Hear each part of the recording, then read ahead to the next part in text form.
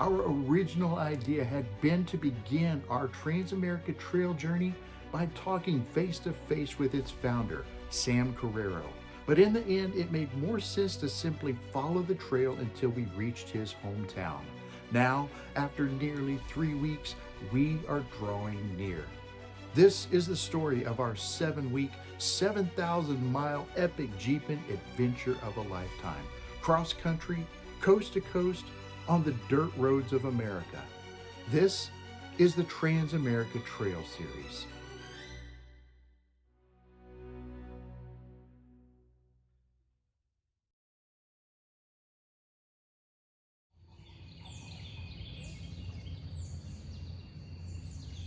Hey, good morning, guys. We're just about done packing up here at the David Crockett campground. Look at this beautiful background. Spectacular. Now we've edged right up to the trees behind us here last night.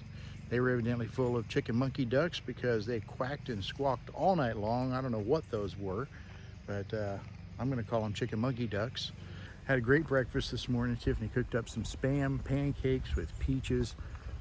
Really good, really good stuff. That's a great way to start the day. So we're about ready to hit the road. Today on the agenda is Tennessee 19, 20, and 21, the last 3 tracks of the Tennessee Transamerica Trail. Then we're going to move over into the Mississippi tracks. Sam Carrero, the founder, the creator of the Transamerica Trail, knew that we were coming through, and he's invited us to come over to his house, hoping that that happens. We'd really like to get a chance to meet him. It's here. Gets hung up there. You can't get undone, can you? You went all over the place, tied yourself in a knot. Yes, you did. I saw it. All right, guys, listen to this.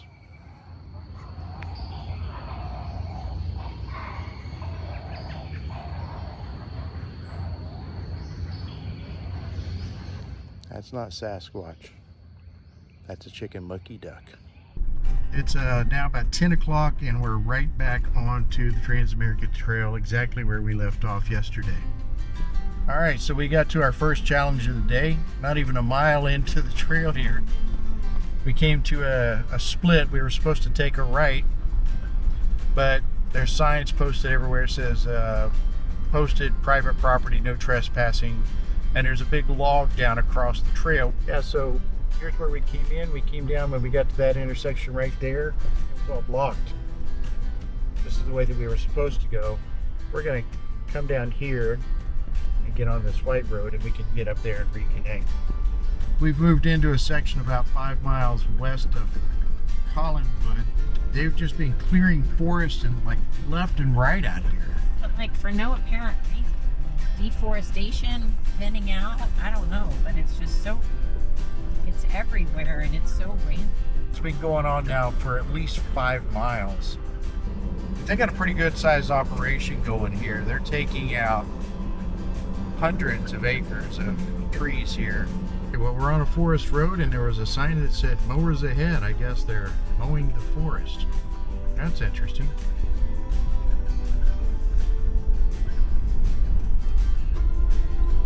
Up on Dune, and we're transitioning now from Tennessee Track 19 over to Tennessee Track 20. Unsuccessful attempt to catch a deer, number 427. Holy crap, it is like so hard to catch a deer on film. Well, you got them in the Walmart parking lot. The best deer shots that we've gotten so far are at the freaking Ripley, West Virginia Walmart parking lot. There's a little field right next to the parking lot, and there's deer right there. But man, out here on the trail, we have got the camera ready to go. All I gotta do is push the button and point it, and as long as it takes to do that, they're gone. I've got some really good shots, like if I really slowed it down, of a butt going into a bush. A deer butt. That's about as good as it gets. The rest of it, wow, those guys are fast. Maybe we'll make a compilation of deer butts. Woo. Man, that was a dusty trail. Yeah. I feel like if I pat myself like a cowboy, I'm doing. They keep cutting down all these trees in Tennessee. Their mountains are going to look like my head. Just saying. Boomer's having a conversation with one of the locals.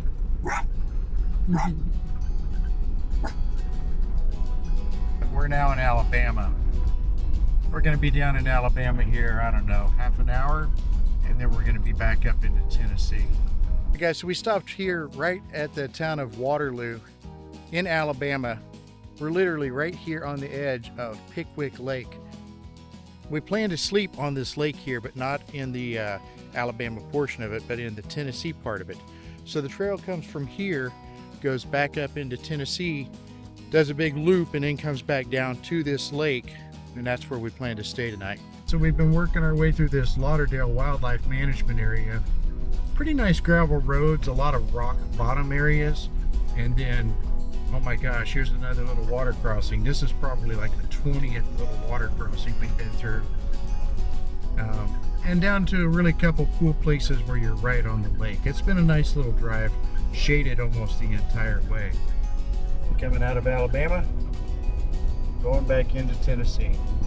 When you're traveling on these trails, these back roads and stuff, there's no signs on the road that tell you when you move from one state to another. Oddly enough though, we've seen some really huge signs within states, specifically West Virginia did this, where you move from one county to another. There'd be this giant sign that said leaving this county, entering this county. But then there's no sign when you cross from one state to another. We thought that was kind of funny. All right, we've moved over from Tennessee 20 to Tennessee 21. This is the final of the Tennessee tracks. We're going to go down to the very end. We're not actually going to finish this tonight. We're going to stop at a little campground that we found that's right on the lake and enjoy that spot before we jump over tomorrow and get into the Mississippi tracks. Now, Mississippi has some challenges as far as camping goes as well, but Mississippi has more state and national parks going than we've been able to find on the trail in Tennessee, and that gives us hope that we're going to be able to find some dispersed camping as we go through there. So we'll deal with that another day, but first we're going to make a stop up here at about 30 miles and pick up some supplies at the Walmart Supercenter.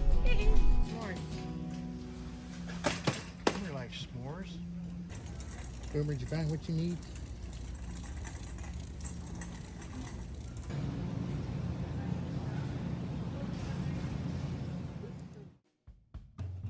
Hey, Boomer. Oh, hey, where do pirates buy hooks? At the secondhand store. What rock group has 4 men that don't sing? Mount Rushmore. Where do you go if you want to learn how to make a banana split? Sunday school. And once you get out here west of Savannah, 10 or maybe 15 miles, we're the track that runs through farmland. Really kind of funny because you're coming through a small town and then all of a sudden you're in farmland. And this farmland set is a huge section between the town itself and the Tennessee River, so a trail at times runs right along the edge of the Tennessee River. We're yet to actually see it, but we can see on the map and know that it's right there.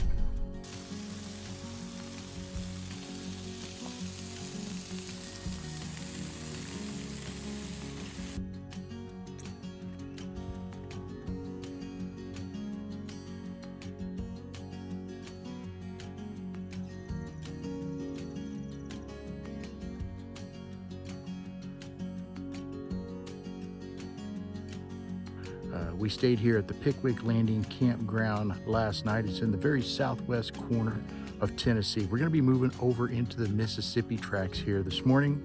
But first, we're planning to stop by at the house of Sam Carrero, the man who created the Transamerica Trail. He's invited us over. We're going to stop by and say hi. So we stayed over here at this Pickwick Landing camp last night. We had also stopped down this lake comes all the way down. This Pickwick Lake comes all the way down into Alabama. Down here is where we had actually stopped, saw the Trail of Tears signs and everything. This lake is big enough and is in this just right place where it can come down through here, Alabama, up into Tennessee. This is the Tennessee River that feeds down into it. This section of it goes over into Mississippi. That's a good sized lake.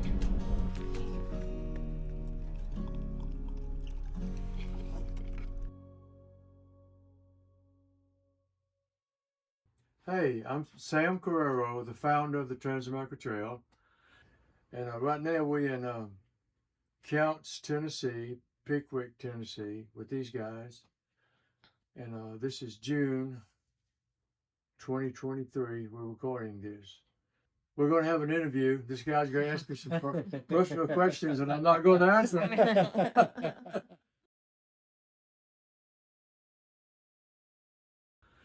It's basically a low percentage pavement across the United States. Right now, it's right at 9,000 miles, and it's probably 55 or 60% non-pavement. It goes through rural United States, rural parts of the United States, using mostly county roads. There's no private roads on there. There's one section that has a private road, but I have written permission from the owner to go down it. A lot of people do it in stages. They'll do a couple of weeks this time, and next year they do another couple of weeks and ride it out like that. You're going to see this country like you've never seen it before. You're going to be at mom and pop stores. You're going to be eating fried bologna sandwiches and fried catfish and stuff like that. Nice. And it's just a treat. It's been a labor of love. It really has. It took me almost 26 years to do this, working on weekends and working on holidays and vacation days.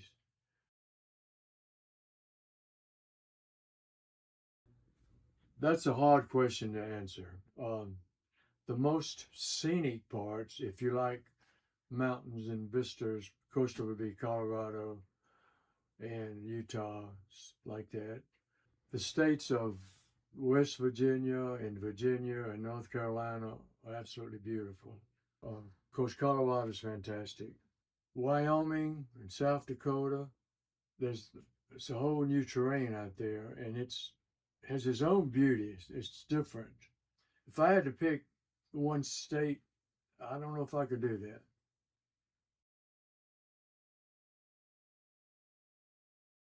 I would start in New Mexico and ride that short section, New Mexico, Colorado, and Utah. That that would give you a taste of just about everything. When I first started this thing, I had no idea it was going to develop into this. I was living in central Mississippi, and I said I wanted to get away from 18 wheelers and get off the highway. And so I started putting these little country roads together, and it worked out fine. And I got to the Mississippi River. Of course, Arkansas was next. I said, well, I'm going to do Arkansas. And that worked out. The Ozark Mountains in Arkansas are beautiful. Oh, yeah. So that worked out. Then I got to Oklahoma. Then went on out. And several years later, I was at the Pacific Ocean.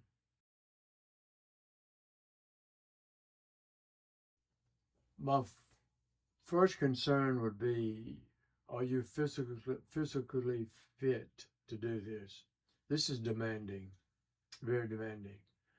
You can't be a couch potato and say, one day, tomorrow, I'm going to start the Transamerica Trail. That's not going to work. Second thing would be the maintenance of your motorcycle. You need to start off with good tires, good chain, good brakes. Everything on your motorcycle is fit as you can get it. I've had people ride it on bicycles. Oh my goodness. I've had people ride it on horseback. Wow. I had people ride it on sidecars. one couple were on their honeymoon Oh my in a god. damn sidecar. Who was in the sidecar? The wife was in the sidecar for 28 days. Oh my And goodness. they lived through that, so, you know, I figure they can do about anything. they do about anything if you can live through that. I've got riders from just about every country in the world. Haven't had anybody from Russia. I haven't had anybody from China. But just about everywhere else, I've had riders. I got riders in Europe that've been over here 3 times to ride this thing. Oh wow. I got a group in New Zealand that's been over here 3 times to ride this thing. I have a lot of families. A guy would bring his wife and his children, and this is their vacation. They bring fishing poles. They'll find a hole and fish. I got now something called the Shadow of the Rockies. Starts at El Paso and it's going all the way up to Canada. Nice. Now I've already done New Mexico and Colorado. Mm-hmm. You can start now in El Paso and get off in Baggs, Wyoming. So probably next year I'll have it all the way up to Canada. Now I have a section called the West Loop, which includes 5 states: Colorado, Utah, Idaho, Wyoming, and then back to Colorado. That will really, really give you a taste of everything that's on the TAT. Appreciate you doing this, and y'all take your time and enjoy it. And you have my phone number, right? Yes, sir. So if you have any problems, call me. But if you get out west, don't call me.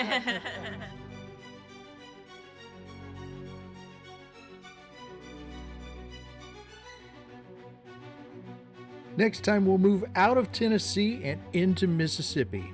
Join us as we encounter our first adventure bikers who are working to complete the TAT, turn west, and move towards the amazing Ozark Mountains. The Best Life Adventure Channel's Transamerica Trail series is brought to you by Extreme Jeeps and Trucks in Orlando, Florida, and by RCI Jeep and 4x4 in Melbourne, Florida.